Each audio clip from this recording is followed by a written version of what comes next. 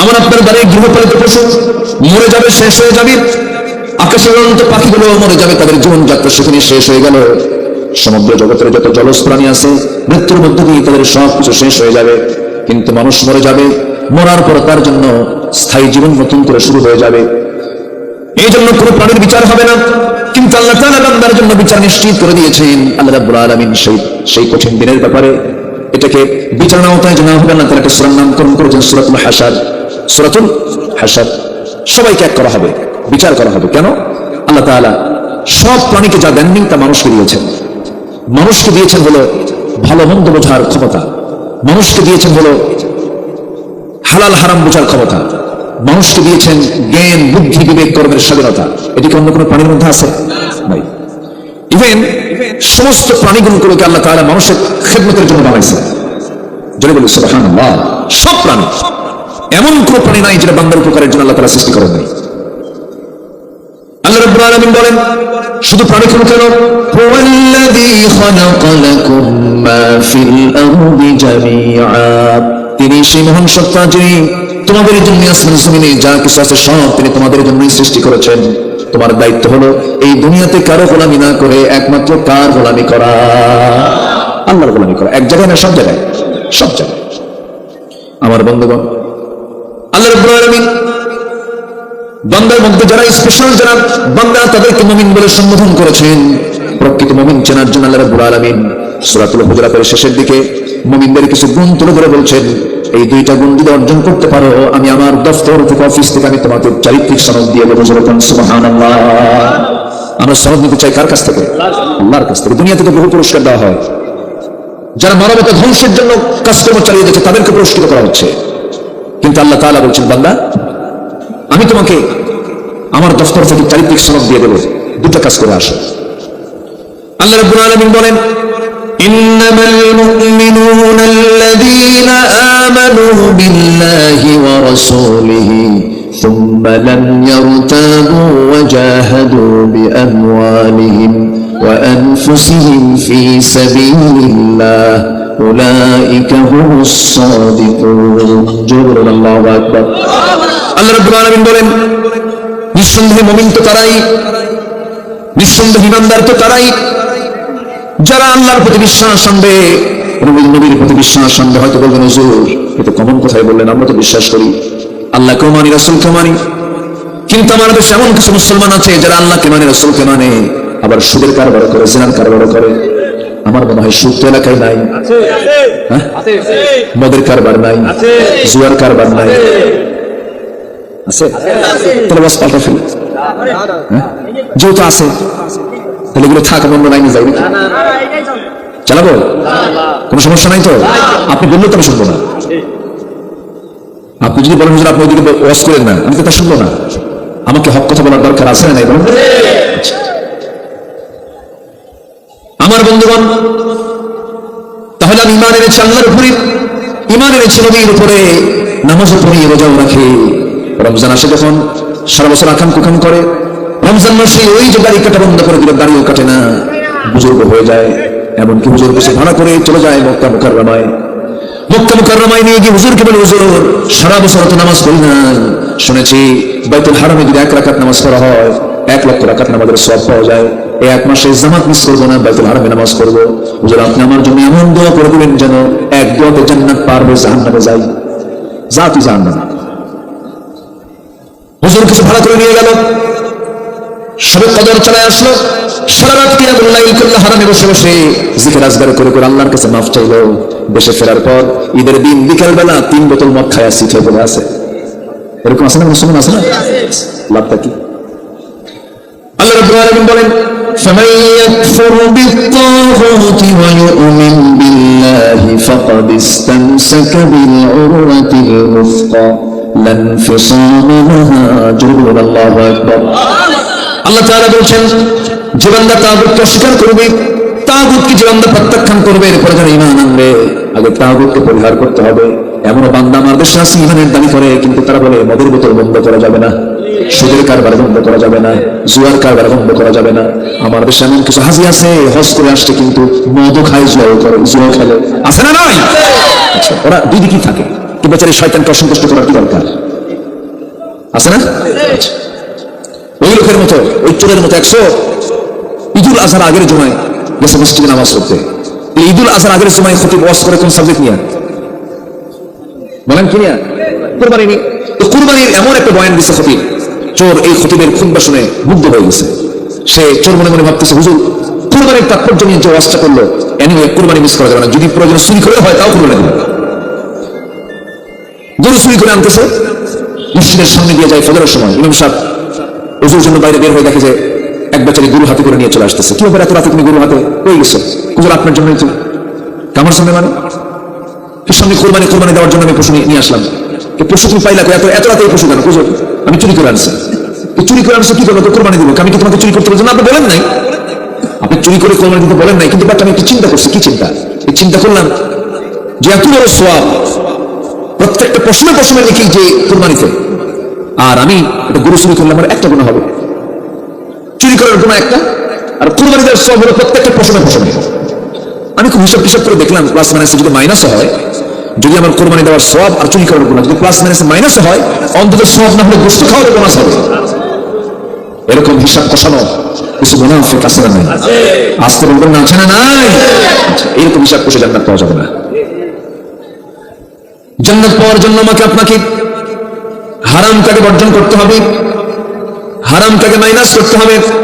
হারামকে মাইনাস করে আপনি দুটাকেই রেখে হালালও কিছু করবেন, হারামও কিছু খাবেন, আল্লাহ তাআলা তা গ্রহণ করবেন না। ইন তাজতানিবু কাবাইরা মা তুনহাউনা আনহু নুকাফির আনকুম সাইয়্যাতিকুম ওয়া নুদখিলকুম মুদখালান কারীমা। আল্লাহু আকবার। বান্দা তুমি যদি বড় বড় কবিরা গুনাহগুলো ছেড়ে দাও, শিরকের গুনাহ, বিদআতের গুনাহ, কুফরের গুনাহ, জিনার গুনাহ, খুনের গুনাহ, মিথ্যা সাক্ষীর গুনাহ, জাদুর গুনাহ, এই সমস্ত বড় বড় গুনাহগুলোকে তুমি যদি ছেড়ে দাও, আমার কাছে যদি আসো বান্দা, আমি তোমার সমস্ত গুনাহগুলোকে মাফ করে দিয়া সম্মানজনক জান্নাত আমি তোমাকে দিয়ে দেবো। সুবহানাল্লাহ। কার কথা? আসতে বলবেন না, কার কথা? আমার আপনার জীবনের সবচেয়ে বড় চ্যালেঞ্জ হলো গুনাহমুক্ত জীবন গড়া। যদি আমার দুই রাকাত যদি নফল নামাজ বাদ চলে যায়, জিকির আজকার যদি বাদ চলে যায়, এটা আমার বড় ধরনের কোনো ক্ষতি হবে না, কিন্তু বড় ক্ষতি হয়ে যাবে যদি কোনো বড় কবিরা গুনাহ করে ফেলে দেয়। বড় বড় কবিরা গুনাহগুলো আজকে সমাজে করা খুবই সহজ ব্যাপার। এই যে মাদক, এই যে মদের সরাসরি, মাদক দ্রব্যের সরাসরি যুব সমাজ আজকে ধ্বংসের দিকে চলে যাচ্ছে। অথচ আজ থেকে 1500 বছর আগে আমার রাসূল বলেছেন, মদ হলো সমস্ত পাপের মা, মদ হলো সমস্ত পাপের মা। আল খামরু উম্মুল খাবাইস, মদ হলো সমস্ত পাপের মা। মদ সমস্ত পাপের মা কেমন করে হলো? মদের সঙ্গে অনেক পাপের সম্পর্ক আছে, একটা সঙ্গে আরেকটা সম্পর্ক জোড়া দেয় মদ। কেমন করে? একটা উদাহরণ দিতে হয়। কোন এক আল্লাহওয়ালা শহরে বসবাস করতেন, যে নগরে বসবাস করতেন ওই নগরে একজন বড় খারাপ নারীর বসবাস ছিল, প্রতিটা নারীর বসবাস ছিল। সেই প্রতিটা নারী হাজারো হাজারো পুরুষের যৌবনকে নষ্ট করে দিয়েছে, চরিত্র নষ্ট করে দিয়েছে। এই প্রতিটা নারী একদিন মনে মনে চিন্তা করলো যে অনেক বহু পুরুষের জীবন নষ্ট করেছি, এই আল্লাহর নবীকে আমি একদিন টার্গেট করে ফেলবো। টার্গেট করে ফেলছে, ফুসলায়া ঘরের মধ্যে তুলে নিয়ে বলতেছে, শোনো, আমাকে তুমি চিনতে পারো না, আমি হলাম এই শহরের একজন প্রতিটা নারী। আমি তোমাকে ঘরের মধ্যে তুলে ফেলেছি, তুমি যদি আমার কথা না শোনো, এমন একটা চিল্লান মারবো, নগরের সমস্ত লোক এসে তোমাকে যখন আমার ঘরের মধ্যে দেখতে পাবে, তোমার মান সম্মান চলে যাবে। তোমার সামনে আমি 3টা অপশন রাখলাম। নাম্বার 1 হলো, এই যে আমার সামনে মদের বোতল আছে, এই মদের বোতলটা তোমার সামনে দিয়ে দিলাম, এখান থেকে তোমাকে মদ্যপান করতে হবে। তুমি যদি এটাতে রাজি না হও, আমার সঙ্গে তোমার জেনা করতে হবে। এটা যদি রাজি না হও, নাম্বার 3 হলো, এই যে শিশু এখানে বসে আছে, শিশুকে তোমার খুন করতে হবে। আল্লাহওয়ালা মনে মনে চিন্তায় পড়ে গেলেন, কোনো ক্রমে তো খুন করা যাবে না, খুন করলে তো তার শাস্তি বড় মারাত্মক, ভয়াবহ শাস্তি, জাহান্নাম ছাড়া কোনো উপায় নাই। নাম্বার 2, জেনা তো করাই যাবে না, জেনা করলে ঈমান থাকে না। নাম্বার 3, মদের বোতল। বারবার মদের বোতলের দিকে তিনি চেয়ে আসেন, মনে মনে ভাবতেছেন, অন্তত বাঁচার জন্য মদের বোতল থেকে একটা ঢোক আমি মেরে দেই। এটাকে কম হারাম মনে করে, একটু দুর্বল মনে করে খুন, এরপরে জেনার দিকে না গিয়ে ওই বাচ্চাটি ভাবলেন, দেখি মদের বোতল থেকে এক ঢোক মদ মেরে দেই। যখন এক ঢোক মদ যখন খেয়ে নিয়েছে, তাল না মাতাল? আসতে পারে মদের ফলাফল কি তাল না মাতাল? কোনটা মেয়ে, কোনটা বউ, কোনটা নিজের বোন, কোনটা পরের বোন চেনা যায়? চেনা যায় না। হিতাহিত কোনো জ্ঞান থাকে না। কোন এক বেচারি মদ খায় রাত 3টার দিকে বাড়িতে আসছে, তো বউ যখন শুনতেছে ডাকতেছে রাত 3টার দিকে কে ডাকবে বলতে ভালো জানে, ভাবতেছে আমার স্বামী আসছে রাতে, অবশ্যই কিছু খায় আসছে। দরজা খুলতে ভয় পায়, কারণ হুঁশ তো নেই। বড় ছেলেকে ডাক দিয়ে বলে, বাজান চল, তোর বাপ আসছে, দরজায় চল তুইও যাই আমিও যাই, একসাথে দরজা খুলি। বড় ছেলেকে ডাক দিয়ে দরজার কাছে গিয়ে দরজা খোলা মাত্র স্বামীর চেহারার দিকে তাকায় থাকে, চোখ লাল টক মানে চোখ এখন বের হয়ে আসবে। যখন কোনো মানুষ নেশা করে, মদ খায়, তখন তার মদের এই খাওয়ার সিমটমটা প্রকাশ পায় কিসে? চোখে। চোখ দেখে বলে যেটা মদ খাও, চোখ দেখে বলে কি ঠিকই মদ খাও। তারপর ঠোঁট যদি কালো হয় ওকে কি বলে? বিড়ি খাও।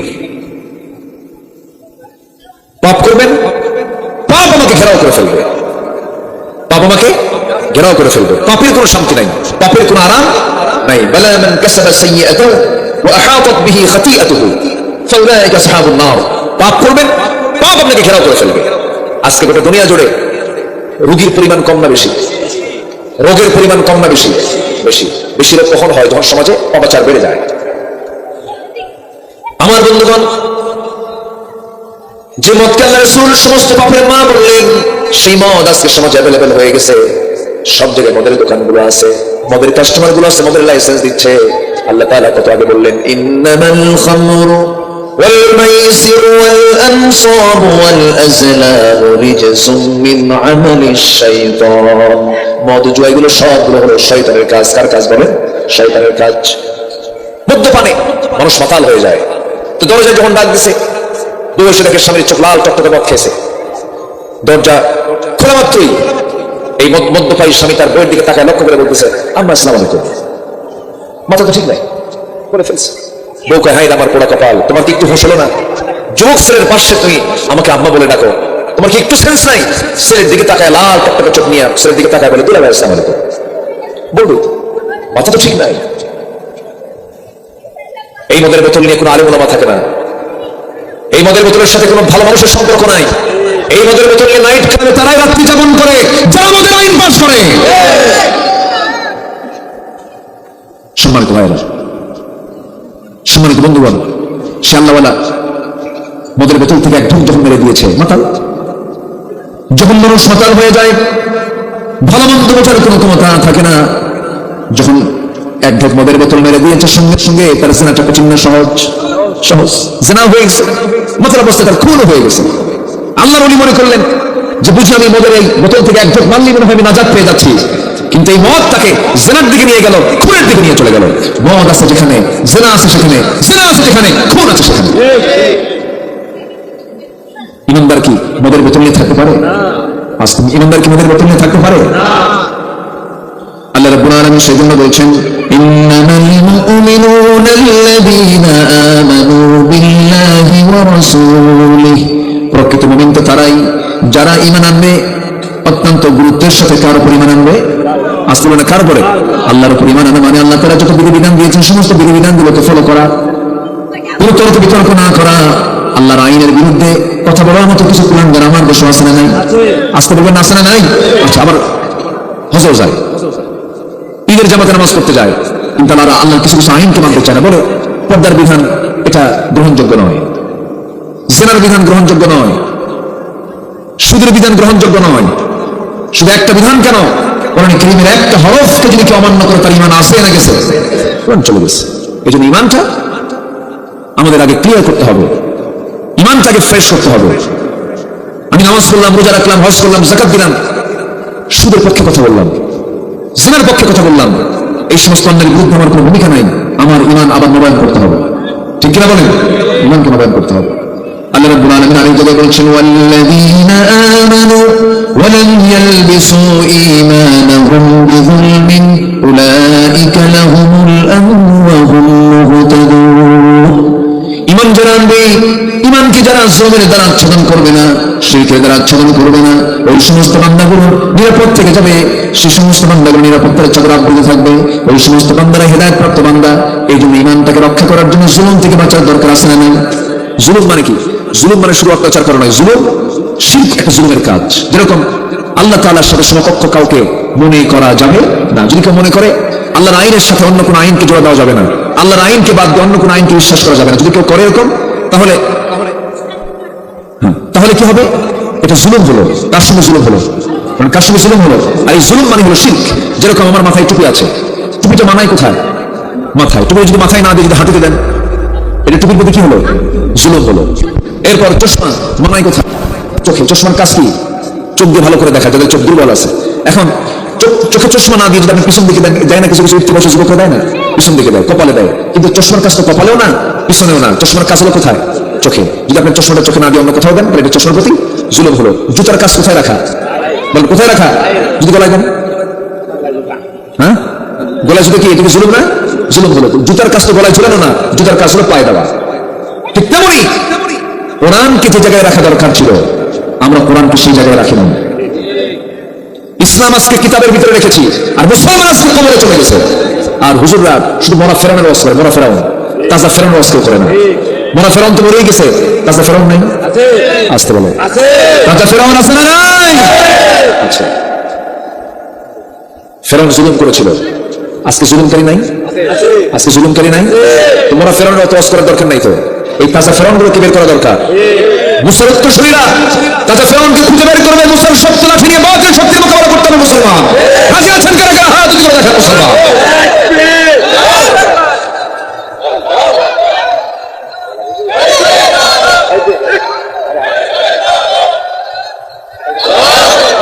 আল্লাহ তুমি সবার হাতকে কবুল করো, জোরে বলে আমিন, আরো জোরে আমিন, আরো জোরে আমিন।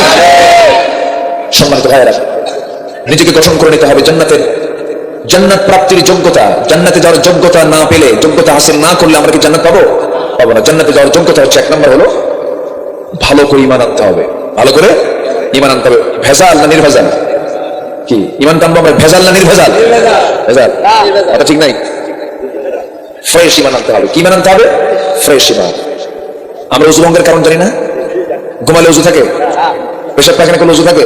থাকে না। তো উযু ভঙ্গের কারণ জানি আমরা, নামাজ ভঙ্গের কারণ জানি আমরা, কিন্তু ঈমান ভঙ্গের কারণ কিন্তু আমরা অনেকে জানি না। ঈমান ভঙ্গের কারণ আছে না নাই? এমন কিছু অপরাধ, যে অপরাধগুলো করলে তার ঈমানই থাকে না। ইউসবিহু মুমিনান ওয়া ইউমসি কাফিরান। আখির জামানে এমন একটা সময় আসবে, যে সময় সকালবেলা ঈমানদার, বিকালবেলা কাফের। আমরা সেই সময় কিন্তু আমরা অতিক্রম করছি। আপনার ঈমানকে চিন্তাই করার জন্য সর্বক্ষণ লেগে আছে আপনার পিছনে কিছু শয়তানের কিছু এজেন্ট লেগে আছে না নাই? শেষ আসা লাগে না। শয়তানের বড় শয়তান আমার পিছনে আছে কিছু। আজকে বলবেন না আছে না নাই? আমার বন্ধুগণ, আল্লাহ রাব্বুল আলামিন দুটো কন্ডিশন এখানে দিয়েছেন। নাম্বার 1 হলো ভালো করে তোমরা ঈমান আনো, আল্লাহর প্রতি বিশ্বাস আনো, নবীর প্রতি বিশ্বাস আনো। আল্লাহকে মানলাম, রাসূলকে মানলাম না, রাসূলকে মানলাম, আল্লাহকে মানলাম না, তা হবে না। দুটোকে মানতে হবে, জীবনের এক জায়গায় না, সব জায়গায়। সব জায়গায় রাসূলকে মানলাম না, হবে না। আল্লাহ রাব্বুল আলামিন শর্ত জড়িয়ে দিয়েছেন। যারা পারেন ঠোঁট মিলে আমার সঙ্গে বলুন, ইন কুনতুম তুহিব্বুনাল্লাহা ফাত্তাবিউনি ইউহিব্বুকুমুল্লাহ ওয়া ইয়াগফির লাকুম যুনুবাকুম ওয়াল্লাহু গফুরুর রহিম। কি মুহাম্মদ से वफा तूने तू हम तेरे है, ये जहां चीज है क्या लौह कलम तेरे है। মোহাম্মদকে যদি ভালোবাসো, ভালোবাসা পাবে আমার লৌহ কলম লুফবে, তোমরা মাটির পৃথিবী সেকম ছাড় সব পেয়ে যাবে। শুধুমাত্র জীবনের চাইতে বেশি রাসূলকে তোমাদের ভালোবাসতে হবে। কিন্তু ভালোবাসার জায়গা আমরা রাসূলকে রাখতে পারি নাই। তার বড় প্রমাণ হলো, আমি একটু বলে দিই আপনাকে, শোনেন। আমার নবীর জীবদ্দশার ঘটনা। কোন এক মুনাফিক নবীর কাছে বিচার চাইতে গেলেন। নবীজি তার পক্ষে বিচারের রায় না দিয়ে রাসূল বিচারের রায় দিলেন, ইহুদির পক্ষে দিলেন। ইহুদির পক্ষে যখন রায়টা চলে গেছে, মুনাফিক এসে সাইয়েদনা ওমর ফারুকের কাছে এসে বলছে, ওরে ওমর, নবীর কাছে বিচার চাইলাম আমি, নবীজি মুসলমানের পক্ষে রায় না দিয়া ইহুদির পক্ষে রায় দিল। আচ্ছা বলেন তো, বিচার করার সময় মুসলিম দেখবো, ইহুদি দেখবো, না ন্যায় বিচার দেখবো? কি দেখবো আমরা? এমন বিচার কি আমার দেশে আছে নাকি? এমন বিচার কি গোটা বিশ্বের কোথাও আছে নাকি? জোর যারা বলতে, আইন তো সবার জন্য সমান নয়। এই যে চিত্র আমরা দেখে আসতেছি, আল্লাহ রাব্বুল আলামিন একটা আয়াতে সুন্দর করে বলে দিয়েছেন। শ্রেষ্ঠ আয়াত এটা, সবচেয়ে ব্যাপক অর্থবোধক আয়াত এটা, যেটা খতিবরা প্রত্যেকটা জুমার খুতবায় বলেন, ইন্নাল্লাহা ইয়া'মুরু বিল আদলি ওয়াল ইহসানি ওয়া ইতা'i যিল কুরবা ওয়া ইয়ানহা আনিল ফাহশাই ওয়াল মুনকারি ওয়াল বাগি ইয়া'iদুকুম লা'আল্লাকুম তাযাক্কারুন। জোরে বলুন আল্লাহু আকবার। আল্লাহ তাআলা আদরের ব্যাপারে কথা বলেছেন, আদরটা ঠিক রাখো। ইয়াদিলু হুয়া আকরাবু লিত-তাকওয়া। আদর যদি ঠিক রাখতে পারে, এটাই হলো শ্রেষ্ঠ তাকওয়ার পন্থা। আদরটাকে তোমরা ঠিক রাখো। আমার বন্ধুগণ, আমার প্রিয় ভাইরা, একটু কান লাগাবেন, মনোযোগ দিয়ে শুনবেন। আইন যদি সবার জন্য সমান আজকে থাকতো, মানবতা ঠিক যেত, মানবতা ঠিক থেকে যেত, কিন্তু আইন তো সবার জন্য সমান নয়। কিন্তু আল্লাহ তাআলা আরেক জায়গায় বলছেন, ওয়া আতিমুল ওয়াজনা বিল কিসত ওয়া লা তুখসিরুল মিজান। তোমরা তোমাদের ওজনটাকে সঠিক করো। ওয়াইলুল লিল মুতাফফিফিন। ওই সমস্ত ব্যক্তির জন্য ধ্বংস, যারা নেওয়ার সময় বেশি নেয়, দেওয়ার সময় কম দেয়, নিজের জন্য এক আইন, পরের জন্য অন্য আইন। আছে না? এগুলো কি ইমানদারের কাজ নাকি? ইমানদার কেমনটা করবে নাকি? ইমানদার কেমনটা করবে না? আমার বন্ধুগণ, আমার ভাইরা, এই জন্য ইমানকে আগে মজবুত করতে হবে। ইমানের যতগুলো গুণ আছে সেই সমস্ত গুণগুলো ভিতরে উপস্থিত করতে হবে। ইমানদারের গুণ হলো, এক নম্বর হলো নামাজকে সুন্দর করে রেগুলার করে ফেলা, খুশুর সঙ্গে আদায় করা। নম্বর 2 হলো জিহ্বার লাগাম টেনে ধরা, জিহ্বাকে সংযত রাখা, জিহ্বার ট্রিটমেন্ট করা, অযাচিত একটা কথা মুখ থেকে না বের করা। মুখ থেকে যে কথা বের করলে বান্দা মনক্ষুণ্ণ হয়ে যাবে, বান্দা কষ্ট পাবে, এমন কোনো কথা না বলা। আগে কথা বলা না, আগে চিন্তা করা। বলেন, আগে কথা বলা না, আগে চিন্তা করা। আগে চিন্তা করা, এরপরে কথা বলা। ইমানদারের কথা হবে সংযত, ইমানদারের নামাজ হবে ঠিক মতো। নম্বর 3 হলো ইমানদার যাকাত দেবে ঠিক মতো। নম্বর 4 হলো সে তার যৌনাঙ্গকে, লজ্জাস্থানকে হেফাজত করবে। নম্বর 5 হলো আমানত ঠিক রাখবে। নম্বর 6 হলো ওয়াল্লাযীনা হুম লিআমানাতিহিম ওয়া আহদিহিম রাউন, ওয়াদা ঠিক রাখবে, অঙ্গীকার ঠিক রাখবে। নম্বর 7 হলো নামাজ দিয়ে শুরু করেছেন আল্লাহ তাআলা, নামাজ দিয়ে শেষ করেছেন, নামাজের ব্যাপারে যত্নশীল হবে। আল্লাহ তাআলা এই 7টা কাজের জন্য বলছেন ইমানদারকে কি বলছেন? উলাইকা হুমুল ওয়ারিসুন الذين يرثون الفردوس هم فيها خالدون। জোরে আল্লাহু আকবার। যাদের ওয়াদা ঠিক নাই, যাদের আমানত ঠিক নাই, আপনি বিচার আসনে বসেছেন, বিচারটা ঠিক করতে হবে না সঠিক করতে হবে? সঠিক বিচার করতে হবে। যে বিচারক সঠিক বিচার করবেন, আল্লাহ তাকে উপর করে জাহান্নামে ঢুকায় দিবেন, উপর করে জাহান্নামে ঢুকায় দিবেন। আবার সঠিক বিচার করলে পরে আল্লাহ তাআলা 1 নম্বর তারিখে তার নাম বলেছেন সায়াতুযিল্লুহুল্লাহু ফি যিল্লিহি ইয়াউমা লা যিল্লা ইল্লা যিল্লুহু। যদি আরশ আজিমের ছায়া ছাড়া কোনো ছায়া থাকবে না, সেই আরশ আজিমের ছায়ায় আমি 7 শ্রেণীকে জায়গা করে দেব। 1 নম্বর হলো যে সৎ এবং ন্যায় বিচারক। সুবহানাল্লাহ। সম্মানিত ভাইরা, আইন সবার জন্য সমান হওয়া উচিত ছিল। সাহাবে কেরামের ইতিহাসগুলো দেখেন। সাইয়েদনা ওমর ফারুকের শাসনামল, সাইয়েদনা ওমর ফারুক রাদিয়াল্লাহু তাআলা আনহু, তিনি ঘোড়া কিনেছেন। কি কিনেছেন? ঘোড়া। এখন তো চলাফেরা করার জন্য 2 চাকা মোটর সাইকেল নেই, প্রাইভেট কারে চলে মানুষ। আগের যুগে চলতো কিসে? ঘোড়ায় চলতো আর উঠে চলতো। তো সাইয়েদনা ওমর ফারুকের ঘোড়ার প্রয়োজন, তিনি বাজারে গেছেন ঘোড়া কেনার জন্য। ঘোড়ার কাছ থেকে তিনি ঘোড়া কিনলেন, লেনদেন কমপ্লিট করলেন। লেনদেন কমপ্লিট করার পর তিনি ঘোড়ার পিঠে চললেন। 2-3 মাইল যেতে না যেতেই ঘোড়ার 4টা পায়ে অকেজ হয়ে গেছে। ঘোড়ার 4টা পা যখন অকেজ হয়ে গেছে, সাইয়েদনা ওমর ফারুকের রাগ গেছে বেড়ে। তিনি খেলে রেগে গিয়ে এসে বলতেছেন, ঘোড়াওয়ালা, তুমি আমাকে কেমন ঘোড়া দিলে যে ঘোড়াটা অকেজ ঘোড়া, অসুস্থ ঘোড়া, তুমি এই ঘোড়া আমি নেবো না, তুমি এই ঘোড়াটা ফেরত নাও, আমাকে টাকা ফেরত দিয়ে দাও। ঘোড়াওয়ালা বলতেছে, আমিরুল মুমিনিন, আপনি আমারও খলিফা, আপনি এই বিশাল ভূখণ্ডের একজন খলিফাতুল মুসলিমের সম্রাট। আমি আপনার কাছে যখন ঘোড়াটা দিলাম, আপনি ঘোড়াটা বুঝে নিলেন, আমি টাকা বুঝে নিলাম। ক্রয় বিক্রয়ের যে চুক্তি তা সম্পূর্ণ হয়ে গেছে। ঘোড়া যখন আপনার মালিকানায় চলে গেছে, এরপর আপনার ঘোড়া অসুস্থ হয়েছে, আপনার ঘোড়া চলার অনুপযোগী হয়ে গেছে, দোষটা আমাকে দেওয়া যাবে না, এটা আমার নসিব আপনার ছিল। সাইয়েদনা ওমর ফারুক বলেন, না, অসম্ভব, আমি ঘোড়া নেবো না, তুমি আমাকে টাকা ফেরত দিয়ে দাও। এখন ঘোড়াওয়ালা বলতেছে, তাহলে আমারটাও ঠিক নাই, আপনারটাও ঠিক নাই, চলেন আমরা আদালতে যাই। কে বলতেছে? বলেন, কে বলতেছে? কাকে বলতেছে? সাধারণ ব্যক্তি? 40টা রাষ্ট্রের তিনি রাষ্ট্রপ্রধান, যার নাম শুনলে পরে রং পাশে থরথর করে কাঁপতো। সেই সাইয়েদনা ওমর ফারুক একজন ঘোড়াওয়ালা বলতেছে, চলেন, আমিও ঠিক নাই, আপনিও ঠিক নাই, আদালত যা রায় দেবে তাই আমরা মেনে নেব। সাইয়েদনা ওমর ফারুক বলেন, ঠিক আছে চলো। দুজন মিলে চলে গেছেন আঞ্চলিক একটা আদালতে।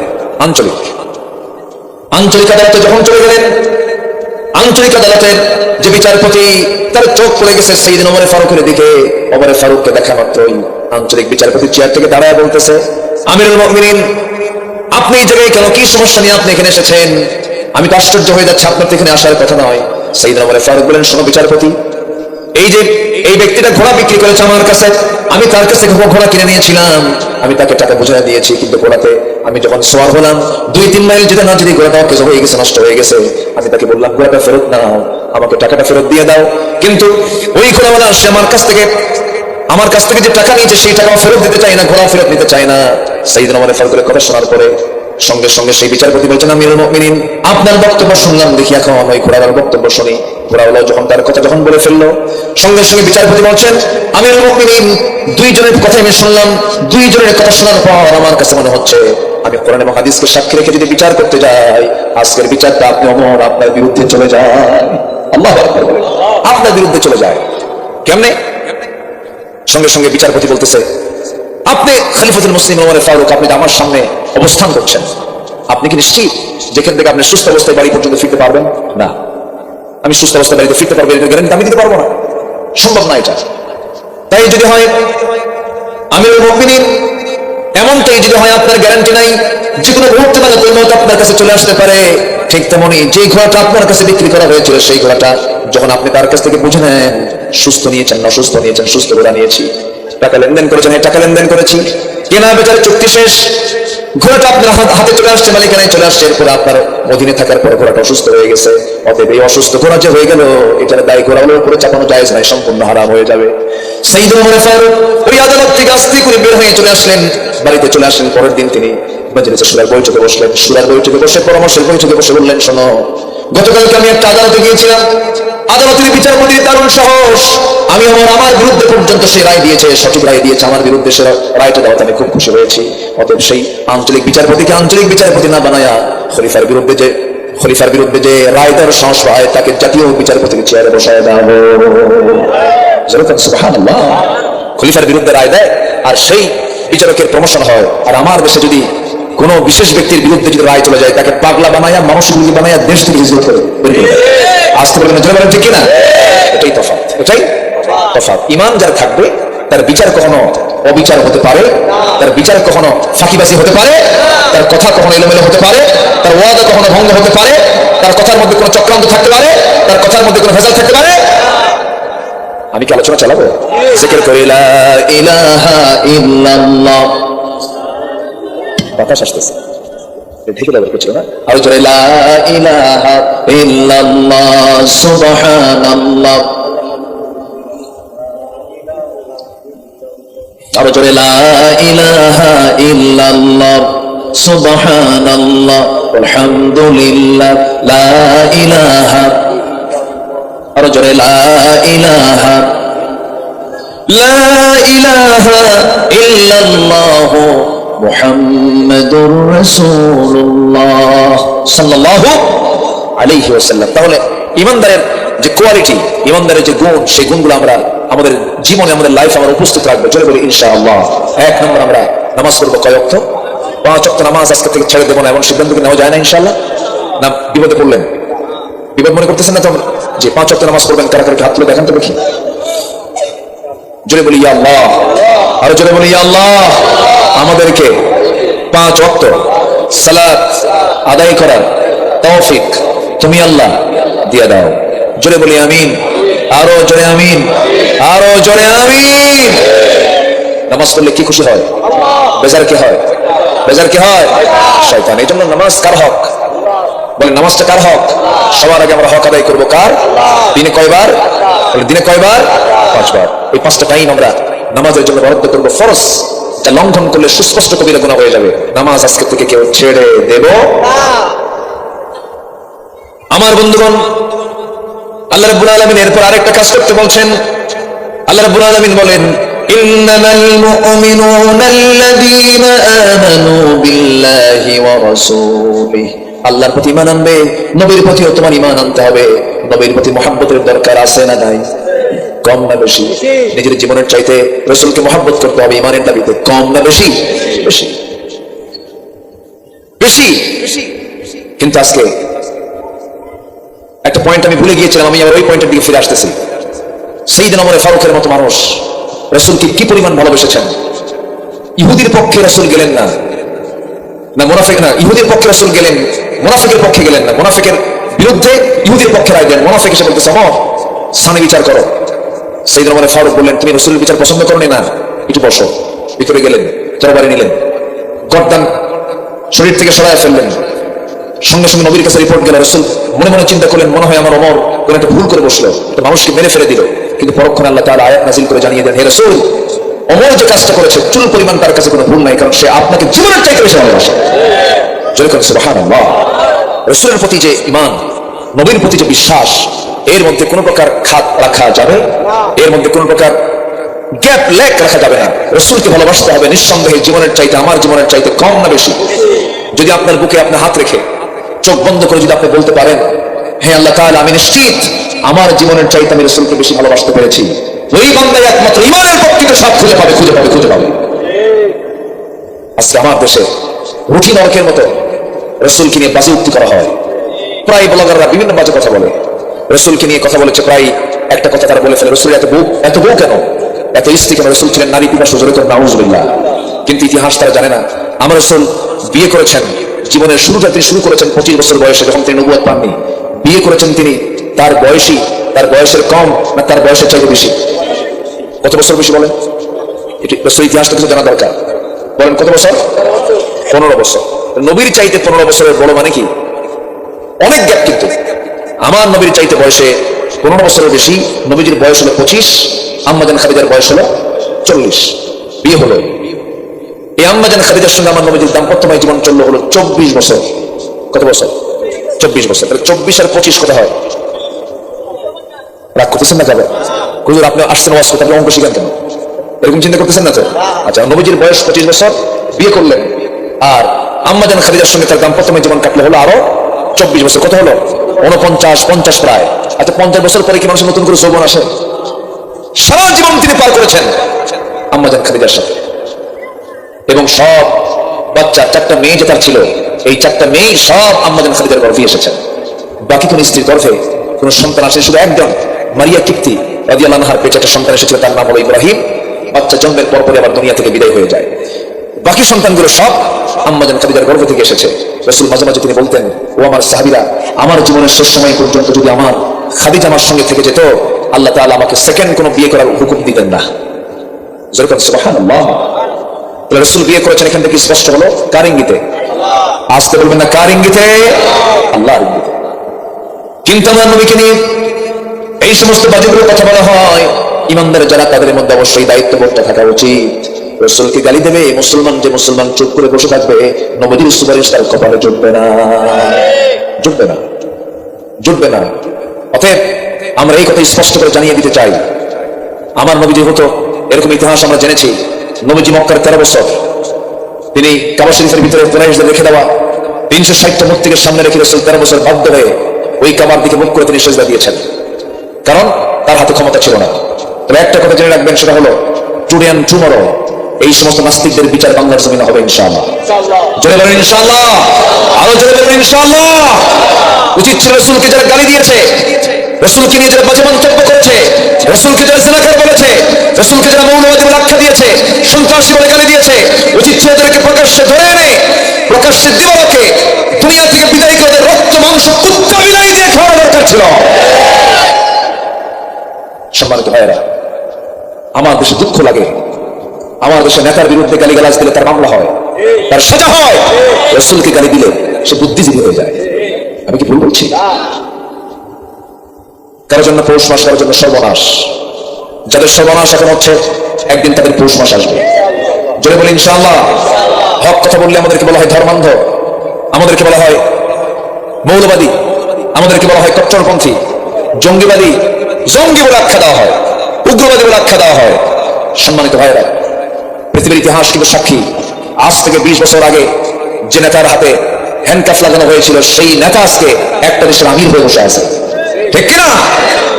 বুঝতেছেন আমার কথাগুলো? বুঝতেছেন? সেই দেশের কিন্তু আমির হয়ে বসে আছে। এক মাঘের শীত যায় না। হয়তো দিনের জন্য যারা আজকে নির্যাতিত হচ্ছেন, নিপীড়িত হচ্ছেন, নিষ্পেষিত হচ্ছেন, পদদলিত হচ্ছেন, রক্তাক্ত হচ্ছেন, একদিন দেখা যাবে তাদের সব চরিত্রের জন্য আল্লাহ তাদের হাতে ক্ষমতা দিয়ে দিয়েছেন। ঠিক কিনা? আসবে দিন। জয় বলি ইনশাআল্লাহ, আরো জয় বলি ইনশাআল্লাহ। সত্য হবে, আল্লাহ বলছেন, ওয়া'দাল্লাহু আল্লাযীনা আমানু মিনকুম ওয়া আমিলুস সালিহাত লা ইস্তাখলিফান্নাহুম ফিল আরদ। ঈমানটা ভালো করে আনো, নেক আমলটা ভালো করে করো, আমি তোমার হাতে খেলাফত দিয়ে দেব। কার কথা? আসতে বলবেন না, কার কথা? রাসূলকে ভালোবাসার দরকার আছে না নাই? আরে সাহাবীরা রাসূলকে কি পরিমাণ ভালোবাসতেন। সব সাহাবীদের মর্যাদা এত বেশি হওয়ার কারণ কি? নবীদের পরে তাদের এই মর্যাদার কারণটা হলো, আমি যতটুকু আমার ভাঙ্গা চূড়া, আমি যতটুকু গবেষণা করেছি সাহাবে কেরামকে নিয়ে, আমার কাছে মনে হয় 1 নম্বর সেটা হলো, নিঃসন্দেহে সাহাবীরা, সকল সাহাবীরা আমার রাসূলকে প্রাণের চেয়ে বেশি প্রিয় মনে করতেন, জীবনের চাইতে রাসূলকে বেশি ভালোবাসতেন। বলি আলহামদুলিল্লাহ। আমরা কি তা পেরেছি? মনে হয় পারার দরকার আছে না? মাঝে মাঝে নিজের নাফসকে প্রশ্ন করবেন। আব্দুল আমিন, আব্দুল করিম, সত্যি করে বলো তো, তুমি কি রাসূলকে তোমার জীবনের চাইতে বেশি ভালোবাসতে পেরেছো? যদি আপনার মনটা বলে হ্যাঁ, আমি রাসূলকে আমার জীবনের চাইতে বেশি ভালোবাসতে পেরেছি, আপনার ঈমানটা পরিতৃপ্ত, আপনার ঈমানটা তাজা, আপনার ঈমানটা তরুতাজা হয়ে আছে, আপনার ঈমানের মধ্যে কোনো ভেজাল নাই। আল্লাহু আকবার। রাসূলকে জীবনের চাইতে বেশি ভালোবাসতে হবে। আমার নবীজিকে সব সাহাবী ভালোবাসতেন। একজন সাহাবীর কথা আমার একটু মনে হলো, সময়ও কম, আমার সময় ফুরে আসতেছে, আমাকে শেষ করতে হচ্ছে। আমার পরবর্তী মেহমান আমার শ্রদ্ধাভাজন, আমি তাকে খুব সম্মান করি, আমি তাকে খুব ভালোবাসি, মহাব্বত করি, শ্রদ্ধার চোখে দেখি। আমার অভিভাবক তুল্য, তিনি আমার অনেক কিছুর বিষয়ে তিনি পরামর্শদাতা আমার, আলহামদুলিল্লাহ। তিনি এমন একজন পরিবারের সন্তান, তিনি এমন একজন বংশীয় পরিবারের সন্তান, তিনি আলহামদুলিল্লাহ এই ভারত উপমহাদেশে যাদের মাধ্যমে দিনের প্রচার প্রসার হয়েছে, আল্লামা রুহুল আমিন রাহমাতুল্লাহ আলাইহি, আল্লাহু আকবার, চলন্ত হাদিস ছিলেন তিনি, চলন্ত হাদিস। কত লক্ষ হাদিস যে তার জানা ছিল। তারই আওলাদ, তারই পৌত্র আল্লামা শরীফুল আমিন হাফিজাহুল্লাহ, তিনি আমার পরে আসবেন। তিনি আখিরি মোনাজাত, শেষ মোনাজাত তিনি পরিচালনা করবেন, তার বয়ান আপনারা শুনবেন। আমি আস্তে আস্তে শেষের দিকে চলে যাচ্ছি। গত বছর আমি এসেছিলাম, এই বছর আসছি। আমি নিজে খুশি, আপনারা খুশি হয়েছেন কিনা জানি না। আপনারা খুশি হয়েছেন তো? বলি আলহামদুলিল্লাহ। সম্মানিত ভাইয়েরা, তো আল্লাহ তাআলা বলছেন, যারা ঈমান আনবে আল্লাহর উপরে এবং নবীর উপরে। ঈমান তো আনলাম, কিন্তু মুহাব্বত যদি না থাকে, এই ঈমান আনার কোনো সার্থকতা থাকবে? থাকবে না। রাসূলকে মানলাম, রাসূলের সুন্নাত আমার ভিতরে নাই, এই মানার কি কোনো জাযা, এর মানার কি কোনো পুরস্কার আল্লাহর কাছে পাওয়া যাবে? পাওয়া যাবে না। সাহাবারা কেমন ভালোবাসতেন দেখেন। একজন সাহাবীর কথা আমার মনে হলো এই মুহূর্তে। আমার নবীজি জীবনে দুই জায়গায় সবচেয়ে বেশি কষ্ট পেয়েছেন খাবারে। খাবার ছিল না, না খেতে পেয়েছেন, সবচেয়ে দুটো জায়গায় কষ্ট পেয়েছেন বেশি। একটা হলো ইতিহাস, সিরাত ইবনে হিশাম সহ অধিকাংশ সিরাত গ্রন্থে তায়েফের কথা বলা হয়েছে। আমার রাসূল মক্কা থেকে যখন তায়েফে কালিমার দাওয়াত দিতে গেলেন, 3টা দিন পর্যন্ত তিনি খেতে পারেন নাই। 3 দিন 3 রাত তার পেটে কোনো পানি, এমনকি তার কোনো খাবারের দানা পর্যন্ত তার পেটে ঢোকে নাই। এটা হচ্ছে 1 নম্বর জায়গা। নম্বর 2 হলো মদিনায় যখন রাসূল চলে গেলেন, 1 বছর যেতে না যেতেই যুদ্ধ শুরু হয়ে গেল। ইহুদিরা যুদ্ধ লাগাই দিল। ইহুদিদের কাম কি করা? বলেন বলেন বলেন, কি করা? সেটা কি বৈধ না অবৈধ? অবৈধ। দেখেন অবৈধ ইসরায়েল আজকে কি করছে। ওরা ভাড়াটিয়া হয়ে আসলো, ওরা এখন বাড়ির মালিক সেজে বসে আছে। অথচ সেই অবৈধ ইসরায়েলের মানচিত্র আমার দেশের ক্লাস 10-এর সিলেবাসে ঢোকানো হয়েছে। সামাজিক বিজ্ঞান বইয়ে ইসরায়েলের মানচিত্র দেখানো হয়েছে, কিন্তু ফিলিস্তিনের মানচিত্র নাই। আমার দেশে ইহুদির বাচ্চাটা কিছু গোলাম আছে না? আজকে বলবেন না, আছে না? নাই। ইহুদির বাচ্চারা, আমরা রাসূল যখন মদিনায় গেলেন, এই বনু নাসির, বনু কুরাইজা, বনু কাইনুকা, এরা সবগুলো এক জায়গায় হয়ে কুরাইশদের সঙ্গে সাজস করে যুদ্ধ লাগাই দিল। যখন একটা দেশ যখন যুদ্ধ যখন মুখোমুখি হয়ে যায়, সে দেশের অর্থনীতি ঊর্ধ্বমুখী না নিম্নমুখী? নিম্নমুখী হয়ে যায়, দুর্বল হয়ে পড়ে। নবীজি কেবলই মদিনায় গেছেন, দেশ ছোট্ট একটা রাষ্ট্র গঠন করেছেন, বদর যুদ্ধ শুরু হলো। খাদ্যের সংকট, অর্থের সংকট, উহুদ যুদ্ধ শুরু হয়ে গেল, আরো সংকট। খন্দকের যুদ্ধ আবার পরপর শুরু হলো, আরো সংকট। খন্দকের সময় পরীক্ষা খনন করতে হবে। সাহাবায়ে কেরাম রাসূল বলেন, তোমরা সবাই পরীক্ষা খননের কাজ শুরু করে দাও, মদিনাকে রক্ষা করতে হবে কুরাইশদের আক্রমণ থেকে। বিশাল বড় খাল খনন, খালের মতো করে লম্বা করে কেনেল করা হলো, পরীক্ষা খনন করে শুরু করা হলো। সবার আগে কোদাল হাতে নিয়েছেন মুহাম্মদ সাল্লাল্লাহু আলাইহি ওয়াসাল্লাম।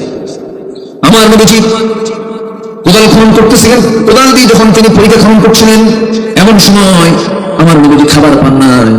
ওই খন্দকের পরীক্ষা খনন করার সময় সিরাতের সিরাত গ্রন্থে এসেছে, তিনি 1 দিন না, 2 দিন না, 3 দিন না, 4 থেকে 5টা দিন পর্যন্ত তিনি দিন রাত না খাওয়া ছিলেন। পেটে কোনো খাবার যায় নাই। আমার নবীজি প্রচন্ড ক্ষুধার যন্ত্রণা তিনি সহ্য করতে না পেরে, কেউ টের পায় নাই, নবীজি ওই খন্দকের পরীক্ষা খনন করার সময় পেটে পাথর পর্যন্ত পড়েছেন। এই দৃশ্য কেউ দেখে নাই, কোনো সাহাবীর চোখে ধরা পড়ে নাই, কিন্তু একজন সাহাবীর চোখে ধরা পড়লো।